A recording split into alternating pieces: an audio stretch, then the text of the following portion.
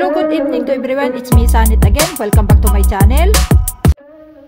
Ito po yung susunod ko na project. Ano po, ganun din po, malaki din po siya na luggage bag. Ano po.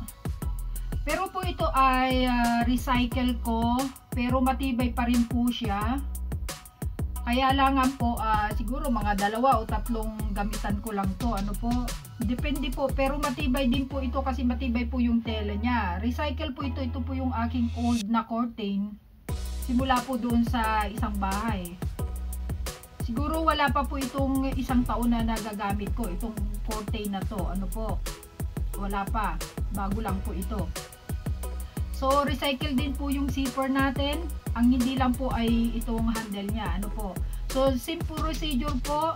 Ang kulang lang po dito, just ikakabit ko lang po yung kanyang handle. Both side. And then, tatahian ko po at ilalagay yung zipper. Tapos, tatahian sa panabi. Ano po. Wait lang po, i-prepare ko lang po yung kanyang handle. Ano po. So, ayan po. Ikakabit lang natin yung handle niya, 1 by 1. Ganun din po dun sa kabila, ano po, sa kabilang side, ano po. So, isa-isa lang muna po kasi malaki yung tela, maliit lang yung ating makina, ano po. At maliit din yung ating place. So, let's do it na po. Ayan po, naikabit na natin itong ating handle. Ganyan. So, ikakabit naman po natin yung zipper dito, ano po. So, kinuha ko lang po yung pinakang gitna nitong zipper. Right side to right side po siya. So, fix lang natin. Ito po, kailangan natin ng pin. Ano po, lagyan natin ng pin para pantay. Ano po. Pagkatapos nating maipin, tatahian po natin. Ano po. And then, tahian din po natin dito. Ano po? Para maging flatten po yung zipper natin. So, let's do it po. So, dito naman po sa kabila, ganun din po yung gagawin natin. Ano po? Aayos ko lang po yung zipper. Ano po? So, ayan po. Tahian din natin dito sa kabilang ito. Ano po? Ganyan. Now, naikabit na po natin yung zipper. So, tatahian na lang po natin sa panabi. Ano po? So, baliktarin natin. Ayan, pantayin natin. So, dito din po sa kabila na to. Prepare din natin. So, ayan po, na-prepare na natin. So, tatahian na lang natin yan dyan. Dito. Tapos, yung mga corner niya po, tatahian din natin. So, para maging maganda po. Ano. So, tahian muna natin dito bago natin tahian yung corner. Ano po. Ayan po.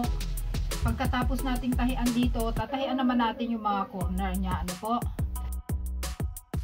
So, ayan po. Pabaliktarin na natin. Bago natin baliktarin, itahin natin yung mga corner. Ano po. Itatahin natin dito. Ano po. Para maging maayos naman. Dito sa corner na yan, lahat ng corner tatahin natin. Ano po, wait lang. So, ayan po, itinahi lang natin dito. Ayan, lahat ng corner itinahi po. So, baliktarin na natin. Ito yung ating project nang natapos. Ano po, wala po siyang bulsa. Ayan, marami tayong mailalagay kasi malapad po yung bottom niya. At dalawa po yung nagawa natin. Dalawa po yung nagawa natin sa kortina. Ano po? So, titignan natin kung magkakasya po lahat ng ilalagay ko dito. Kung hindi po, may another project po tayong kasunod. Ano po? Ayan. Ito po yung recycle na luggage bag. Ano po? Ito po yung pag nag-i-impake tayo, madali ang lipat. Ito po yung ginagamit dito. Sa halip po na bibili ako nung plastic na kung tawagin po ay stripe bag, ay napakadali pong mapunit. Tulad po nung naglipat kami, marami pong bag na napunit. Ano po. So ngayon ang ginawa ko po ito kasi ito po ay ito yung kurtina namin doon sa kabilang bahay. So wala pang isang taon na nagamit ko. So recycle ko po ang hindi lang po dito recycle itong handle niya. Yung zipper po niya recycle din. Ayan, dalawang zipper niya po recycle. So ayan na po nung natapos. So maraming salamat po sa inyong pagsama at magandang gabi sa inyong lahat. At kita-kita pa po tayo sa mga susunod ko pang mga video. At pagpasensyahan niyo po ako at hindi po ako nakakapag-share ng lagi-lagi dahil po sa dahilan ng minsan empty po yung aking utak at minsan po napakarami ko pong ginagawa marami din pong iniisip, kaya minsan yung trabaho ko na mga ganito hindi ko alam kung saan ko sisimulan, sa bottom o sa top. So humihingi po ako sa inyo ng maraming pasensya at unawa. Maraming salamat po sa inyo at magandang gabi sa inyong lahat. Kita-kita pa po tayo sa mga susunod pang mga video. Salamat po.